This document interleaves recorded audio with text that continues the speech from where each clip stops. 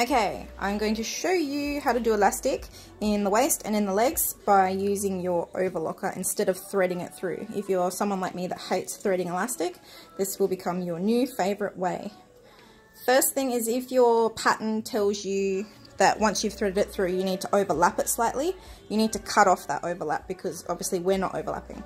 So mine said 16.5 and to overlap 1/2 inch, so I've just cut off that extra half and I've got 16. Do the same for your little leg ones as well, because we're doing the same method for both. Okay, we're going to take the waist one over to the sewing machine.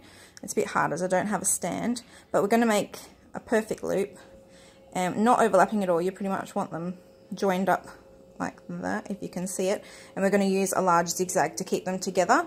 When it's done, it will look like that. Okay, I've done it in horrible black cotton so you can see it. Okay, and you can kind of give it a test, make sure it's not going to pull apart. If you feel more comfortable overlapping it slightly, then you can do that as well.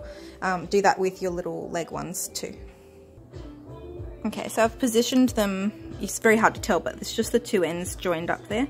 I like to start kind of in the middle a little bit, then go back and then forward, as I find if you start right at the back of the elastic, they kind of come apart a bit, makes it a bit harder. So go back, forward a couple of times, just make sure you've really covered it, they're not going to come apart with your zigzag stitch. So I usually probably go up, oops, not that one.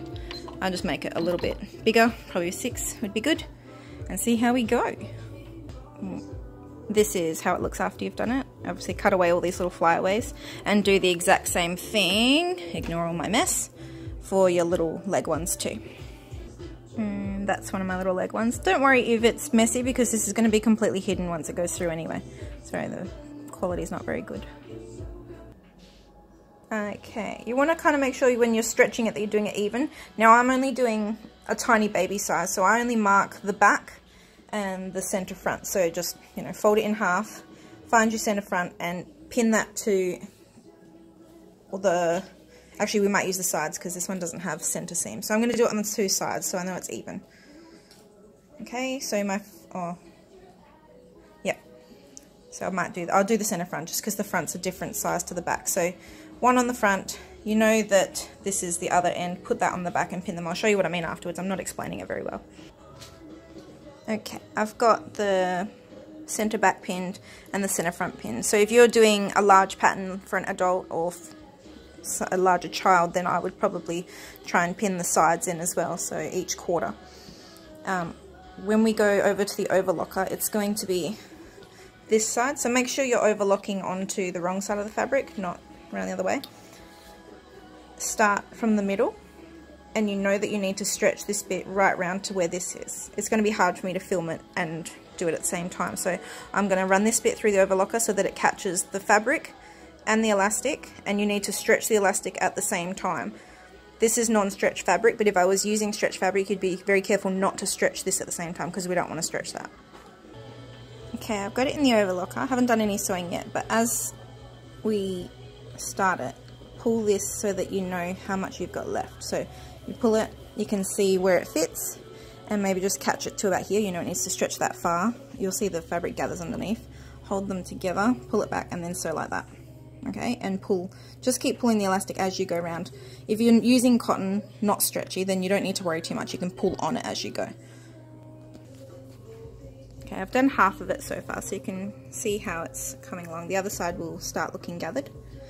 I do use this other hand as I'm going to pull, and this one to pull the elastic at the same time so that it goes through nice and straight. And we'll do this to the other half. Okay, that is all done. So that's what it looks like from the outside and from the inside. I was also going to say you can turn your knife off as well. You don't want the knife to accidentally catch the elastic, as it can break them and then make the elastic not as strong. But I'm just used to it, so don't worry, I don't run over the elastic. This bit for me is the magical part. I love this bit. I take this bit off if you've got one of those. Whoop, if you don't, it doesn't matter. You're going to put it on, the normal way, and we're going to fold it over. So you fold it over when you've got it into position, and however far you want your stitching to go. So pretty much top stitching it down. You need to pull it as you go so that it's flat like that. You don't want to be trying to sew it while it's still gathered. I'll try and do a little bit for you. I forgot to mention, this is now the time to put your sizing in as well. So this is your center back. You're going to put your sizing, it's going to fold over like that. And that's what the inside seam will look like. So you want to put your size tag in under there before you sew along that bit there. Another little fun tip, I glue the right side of my tag to the top so that when it folds down, it's not going to move when we sew. Okay?